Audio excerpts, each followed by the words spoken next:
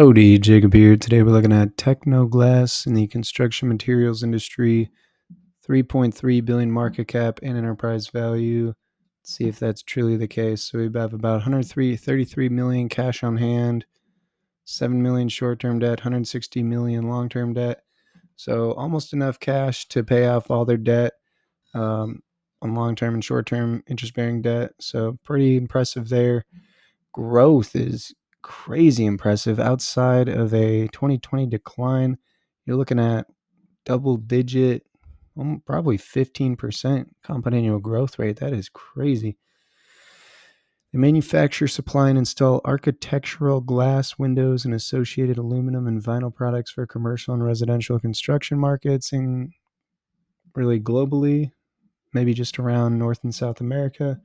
They provide low emissivity laminated, thermal laminated. Don't know what all those mean, but okay. Company was founded in 1984 out of Colombia. Okay. So huge growth, huge increase of gross margin, huge increase of operating margin, started to pay a dividend, recently a massive return on invested capital. A lot of things are looking good for this business. Balance sheet, like I said, just about 133 million cash on hand with maybe 170 or so million debt of short-term and long-term debt. Production of free cash flow is growing a lot, but their CapEx is also growing. So that could just be they're reinvesting a lot back into the business to create new plants to make more of these windows. And their capital allocation is debt reduction, a little bit of share repurchases, and then the dividend is going to be about maybe a fifth to a quarter of capital allocation. So we do see big jumps in free, cash. So cash was pretty much nothing in 2013, just about 33 million in 2018 is now 130 million. So they are increasing their cash balance. That could be maybe they haven't found an opportunity that makes a whole lot of sense. But if they're able to reinvest at a 30% return, I definitely want them to be reinvesting into the business. And so if that's what this CapEx is, because CapEx can be more than just what it takes to get the business, keep the lights on, essentially.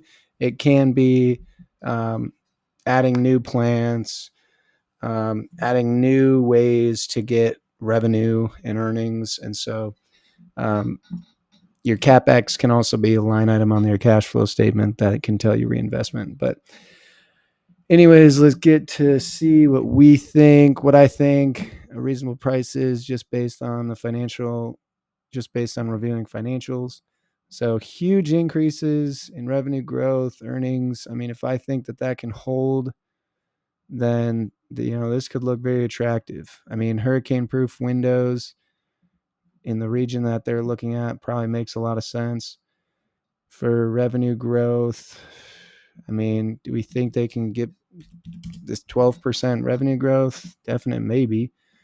Looks like a lot of their growth has really been organic, which is crazy impressive. We see about almost $50 million of net acquisition of the last 10 years. Outside of that, it's very organic. For margins, can they keep up these high margins? I don't know. Free cash flow margin is a bit less. So I do prefer free cash flow margin to be greater than their earnings margin, or at least roughly similar. Last 2 years, there's been a bit of divergence there, and it looks like it's partly due to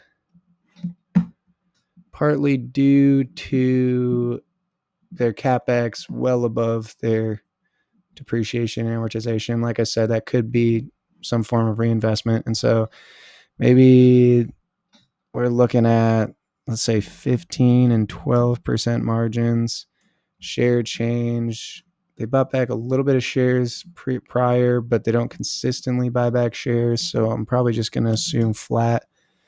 For terminal P and price to free cash flow, for a 12% growth business based out of Colombia, or founded in Colombia, but they still do business here. Maybe we're looking at an 18 at the end of 7 years. A dividend, they've increased that in the past. They can easily afford it. Payouts like I said, about a quarter to 20 to 25%. I mean, this is a big growth business. So a revenue growth number of 20% or so, or earnings margins of 20%, could easily make this a much more attractive price. But I'm definitely leaning on the side of conservatism and holding back some of those frothy assumptions to things that I think are much more reasonable. And so, but I do think at half off, dropping in half before you get the return we're looking for here, um, if you really understand this type of business, this is definitely something I would do a deeper dive on. For me personally, I'm going to wait a little bit more before it gets to a price that definitely looks attractive to me. But again, if you understand this business, you're likely going to make assumptions that are much more appropriate to your background. And I could definitely be more on the conservative end here. But again, without having a true understanding, a massive understanding of this business, I'm definitely comfortable with my current assumptions. But very interesting business, one I definitely want to own at the right price. Hope you enjoyed the video of yesterday.